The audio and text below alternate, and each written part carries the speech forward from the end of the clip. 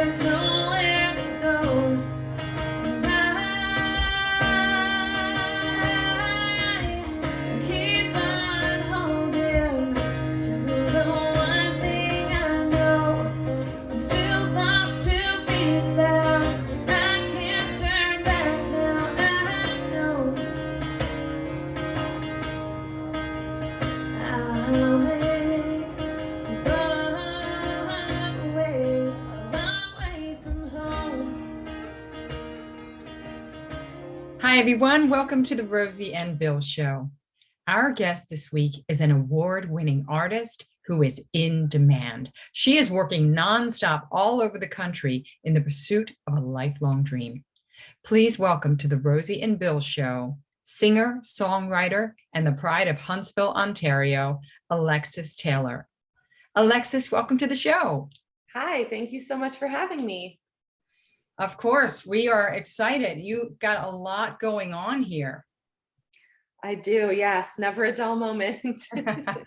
Well, before we get into all the great things that are going on, Alexis, one thing that we really enjoy getting to know from our guests is finding out when it was that you realized your calling in life. Now, for you, is it safe to say that you were kind of born into music, or music was kind of born into you? Or what do you say about that? No, I like the way how you put that, music being born into me. I come from a very musical family. Both my parents are singers and songwriters. My mom focuses mainly on Christian music and my dad does country music. And I just remember ever since I was a kid, always singing, always being around when my mom's playing piano, my dad's playing guitar. So it just kind of felt natural to me to kind of have a career in music. And I mean, there was never any really question about it. I just kind of knew that that's what I was meant to do.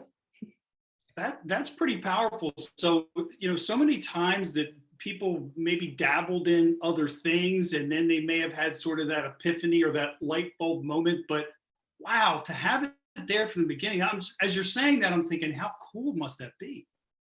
Yeah, and I think one of the coolest parts about it was that my parents knew the industry, so they've always been there to kind of help me along the way, encourage me, and really support me. But also, just anytime I have questions or anytime I'm writing a song or singing, I'm like, what do you think about this? And a lot of people don't have that opportunity to get that guidance, especially from their parents. So that's always been a really cool thing for me, for sure. As you were talking about that, I was thinking, what a great gift that is, to not only be able to ask them questions about it, but just to, on a base level, to have their support for the artist's life. Yeah, and they know how hard it is too. So it's the best of both worlds, because not only can I come to them when I need help with like songwriting advice or, hey, how do I play this guitar chord or whatever, but it's also just like they've always been there and they know how it is and how hard it can be. So yeah, it's awesome having parents that totally get where I'm coming from. Definitely. Did you start singing when you were like a little itty bitty baby girl? Yes. From like the time I could talk, I was singing. My parents would tell me that they would play in bars and clubs when I was younger, and sometimes if it was more of like a nicer restaurant, they would bring me along. And I would just be singing along every word and all that. So definitely from a young age. Oh, that's so sweet. Now, I understand that the first time you went to Nashville, you were captivated and you knew that's where you wanted to be. What was it about Music City that drew you in?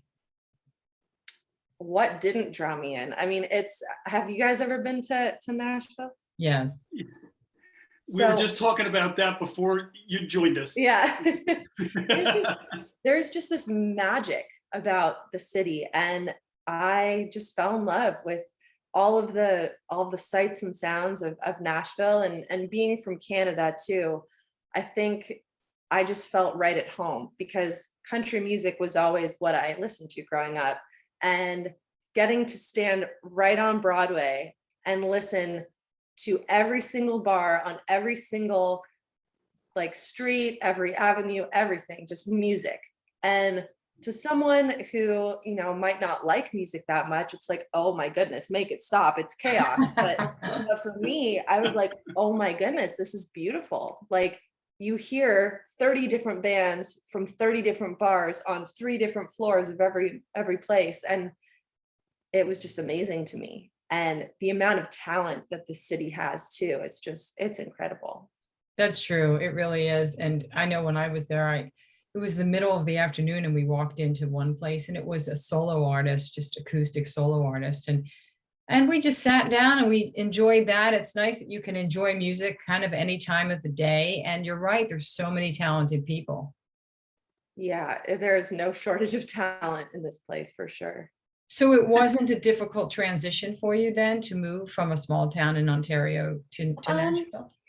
It was kind of difficult. I didn't really know anyone. I kind of moved here on a whim by myself. And I was going to school in Virginia at the time when I kind of decided to move to Nashville. And yeah, not really knowing anyone, not really having any friends or anyone that's kind of there to kind of show you around, or apparently there's a lot of do's and don'ts on Broadway, and I had to find that out on my own. So Can you give us some of them?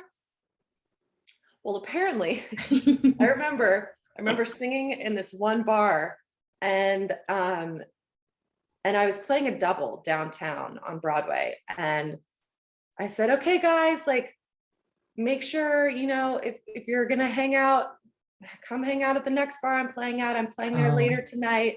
Oops. And I didn't realize that you weren't supposed to say that, which I probably should have known better, but it was like, hey, if you're around at 6 o'clock tonight, come see me here. And right after my show, it was like, you can't do that. Like you cannot say that you're playing somewhere else because our business is going to be at the next bar. So I was like, okay, like learn the hard way, learn the lesson, like don't do that. So stuff like that, where it's like, I didn't necessarily think anything of it, but yeah, you're just excited. Yeah. So, but now I know. So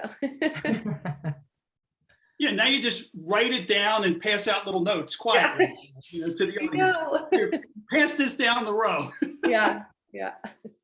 Well, back to again that transition. One of your early tours took you to Scandinavia. How cool was that? And how big is country music way up north? Gosh, that was a trip of a lifetime. I got to go with a good friend of mine, Doug Seegers, and he's actually really popular over there.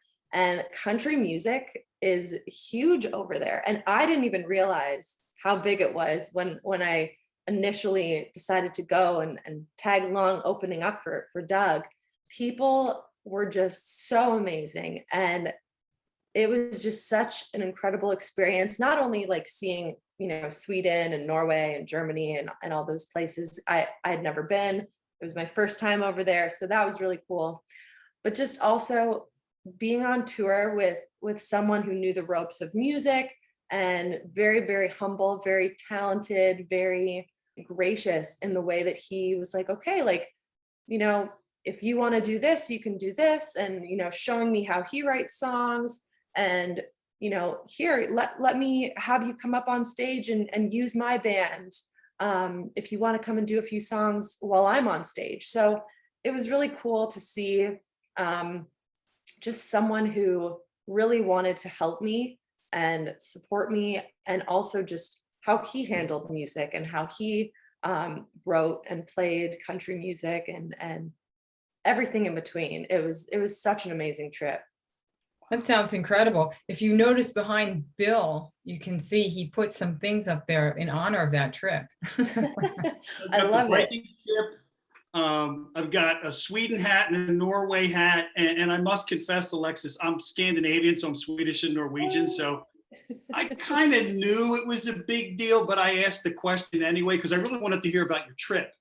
Yeah, no, I honestly, that's to this day, I have some of my favorite memories from being on stage, from being over there.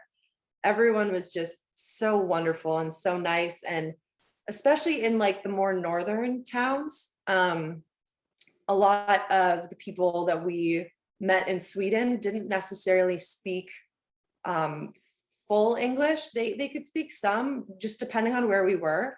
Um, and even after the shows, they would come up and in broken English, and like even we had a translator, and it was just, they were so kind and so happy that we were there and so sweet. And I would love to go back. So hopefully one day. That sounds like such a great trip and a great memory for you. Yeah. Along those lines, obviously, that's something that you will cherish and hope to repeat, but it's not always sunshine and roses in this business. And I understand that your latest single, Long Way Home, was inspired kind of from the not so good times, that you were kind of ready to throw in the towel at one point. Can you talk to us about that and what inspired the song? Yeah, I actually wrote the song here behind me on my living room floor. And I had finished a show, I think the day or two before, and I just kind of, I wasn't really writing all that much. I wasn't really feeling inspired. I wasn't feeling motivated. I wasn't feeling very good about things at all. And so I remember picking up my guitar and just, strumming a few chords, thinking to myself, like, what am I doing here? I haven't written in such a long time. I need to be writing more, like, trying to compare myself to people who are writing every day. And I'm like, I am not doing any of that. And it was really kind of like one of those moments where I feel like I was probably more hard on myself than I should have been. However, I just kind of thought to myself, while I was kind of thinking, what are you doing here? Well, why don't you just go home? And then I was thinking, well, you're an awfully long way from home to turn back now.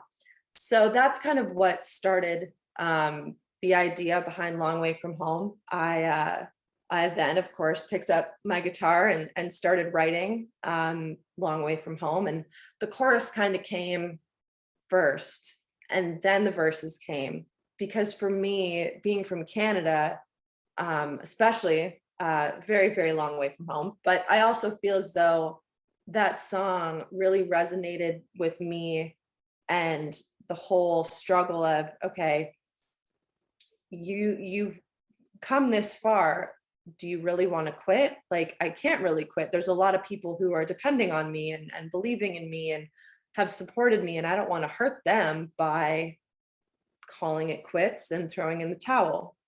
So that's kind of where that song came from. And I finally was able to sit down and write that. And I showed it to my parents, and they were, of course, like, oh, well, what if you, fix this part here? Or what if you go up here instead of down? Or so they played a big part in that too. So it was cool. And I'm honestly, for as low as I was feeling when I was writing that song, I feel like that makes the song even better, because every time I perform it, and anytime I perform it, I just sing it that much louder. And I truly believe every word that I'm singing.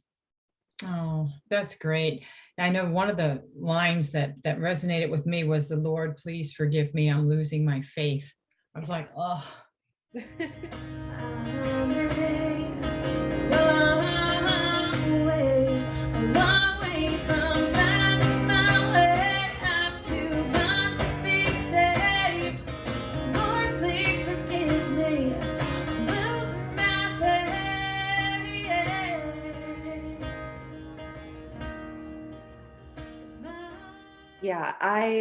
I have grown up in the church. I've grown up, parents very heavily involved in the worship team, and I was also very involved in music at my church growing up. And I feel as though God has been a huge part of my life ever since I was a kid. And so that line, I wanted to put something about faith and God and, something of that nature in there, because I truly believe that I wouldn't be where I am today without God. So I wanted to make sure that I put something in there that kind of was able to not only reassure my own self when I need hope, but others as well. Well, that was beautiful. It came through. Thank you. Yes, and Alexis, before I ask this next question of you, I'd like to make a comment based on what you just said and that whole experience of what brought you to writing the song, to actually writing the song, and then the substance that you talked about within the song.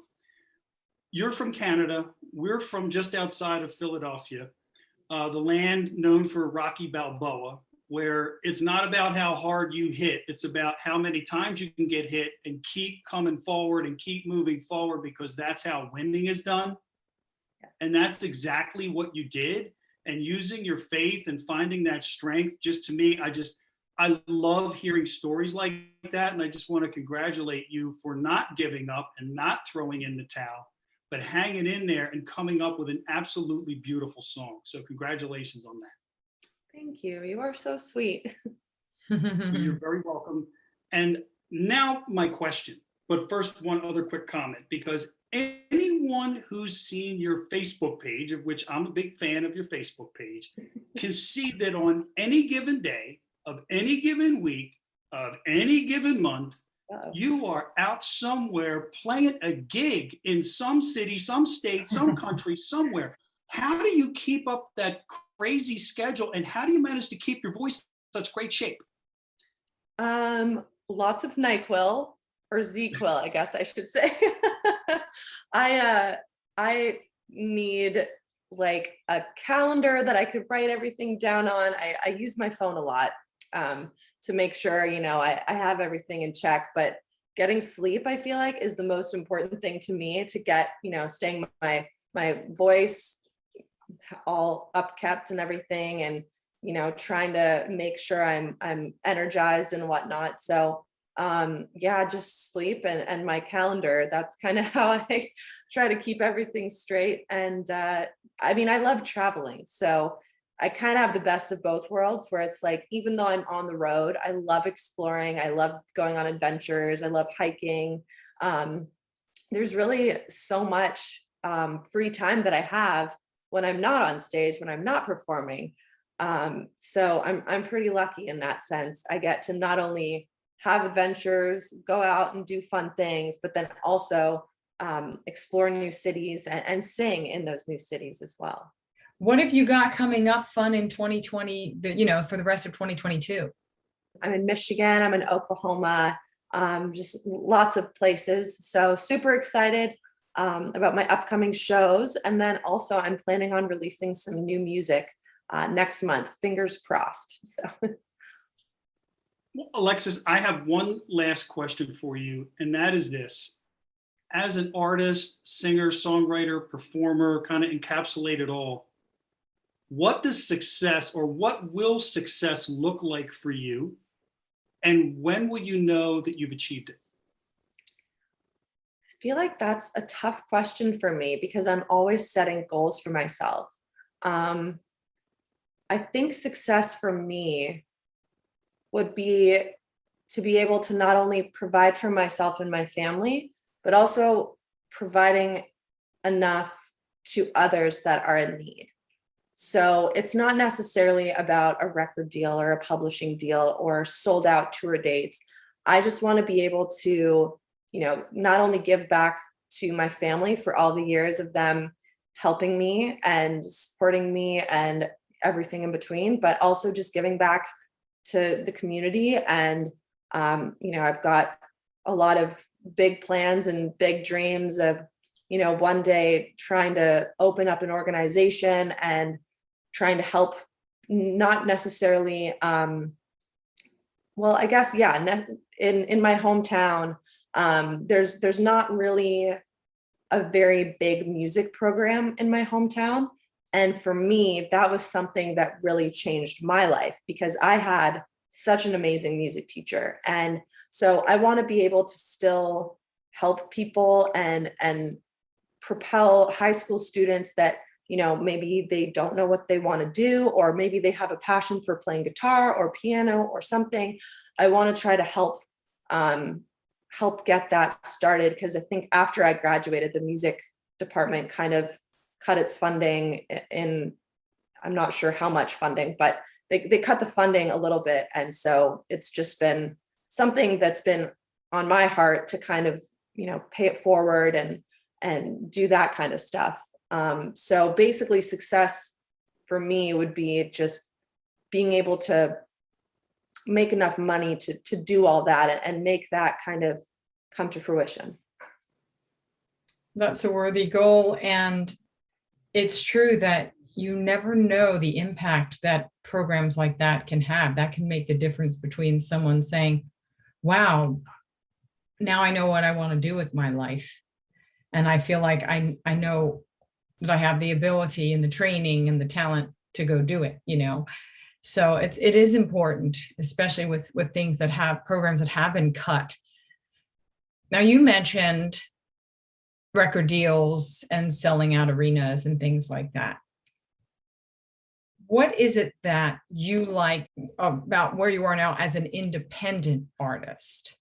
I just like being able to put out the music that I want and being able to travel as much as I can and not really necessarily have anyone say, oh, well, no, you can't do that. So that's kind of, I think, what I like the most about being an independent artist, because I think that my music and how I write, I'm kind of free to do whatever I want in that sense. So that's a really great thing for me, because I feel like sometimes in the past, when I've worked even with other songwriters in a co-write, if me and another songwriter are working on a song and we kind of finish it, but then they come back a few weeks later and they're like, oh, well, I finished up the rest of it. And it's kind of like, well, I wouldn't say that. So, I know the song is technically supposed to be for me to sing, but I would never say it like that, or I would never say this line, or I would never sing that melody. And I feel like the same would be true if I got a publishing deal or a record deal where they're like, oh no, you can't say that line. Like, no, we don't want you to do that. So it's nice to be able to have the freedom to kind of say what I want and do what I want, without holding who I am back. Alexis, I'll say this, what you're doing is working. And I also wanted to say that when we first were communicating back and forth about you coming on the show, it was in large part because we really enjoyed your music and really had a lot of respect for you as an artist. But now that we've had you on the show, we have even more respect for you and appreciation for you as a person and everything you've said and everything you've stood for. So thank you so much for joining us today. It truly has been a pleasure having you on the show.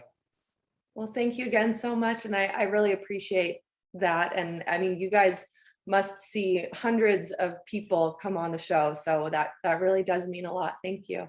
We wish you all the best in your shows coming up and the new album that you're working on.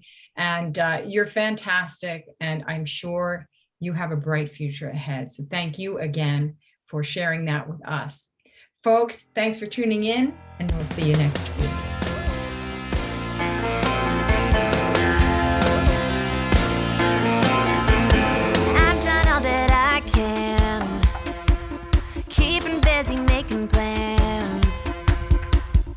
always end up right back here again. Every time we say goodbye, I swear that it's the last time, until I pull up in your drive.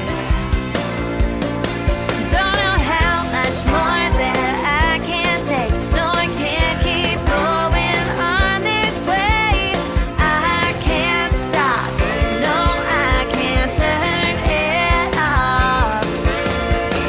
It doesn't matter what I try to do. There ain't no quitting you.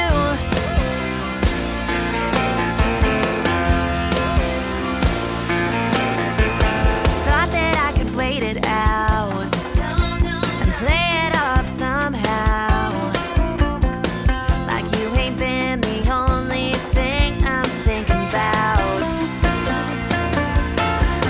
Even when I'm miles away, it really doesn't mean a thing. You're always on my mind, you never leave. Don't know how much more that I can take. No, I can't keep going on this way. I can't stop. No, I can't turn it off. It doesn't matter what I try to do. There ain't no quitting you.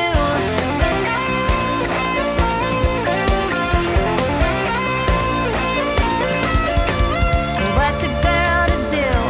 I gotta find a way to get to you. How much more can I take? I can't keep going